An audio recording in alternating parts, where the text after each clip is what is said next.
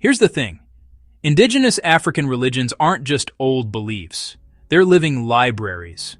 They're the code behind languages, ethics, science, medicine, art, and how people relate to the land. Right now, that code is getting deleted. Fast. Across the continent and the diaspora, entire traditions have already gone extinct. Others are on life support, attacked from the outside, dismissed from the inside, and erased in classrooms, archives, and screens. Iconoclasm smashed symbols. Epistemicide, killing knowledge, made the keepers of memory look backward. That wasn't random. People understood that if you break a people's religion, you shake their identity. You rewrite how they see themselves.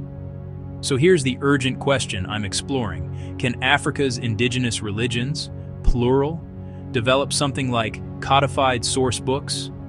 Not to flatten diversity, but to help preserve it.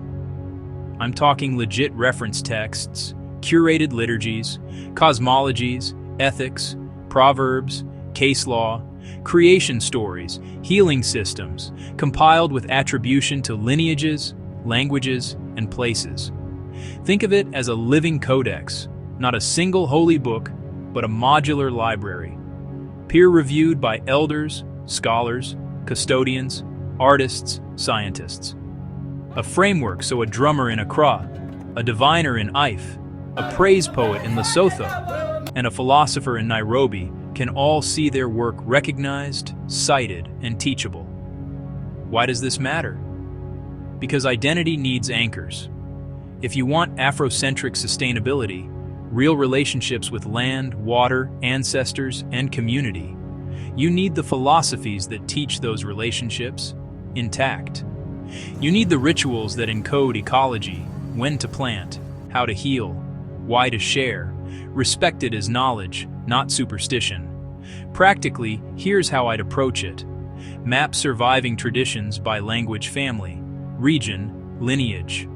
Acknowledge what's extinct, what's endangered, and who holds what. Record oral archives with consent. Audio, video, text, so style and context don't get lost. Cross-compare core ideas, cosmology, ethics, law, aesthetics, without forcing them into foreign boxes. Build an open tiered canon, public texts, restricted texts, sacred protected knowledge, defined by the communities themselves.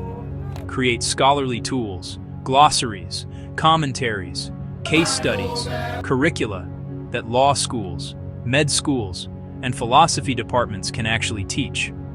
Important, codifying is not colonizing. Communities decide what's written, what stays oral, what is sacred. The point is sovereignty over knowledge. Will this fix everything? No. But it shifts the default from erasure to presence. It makes referencing African worldviews normal. It lets a kid in Lagos, London, or Luanda open a book or an app and see their heritage treated as serious thought.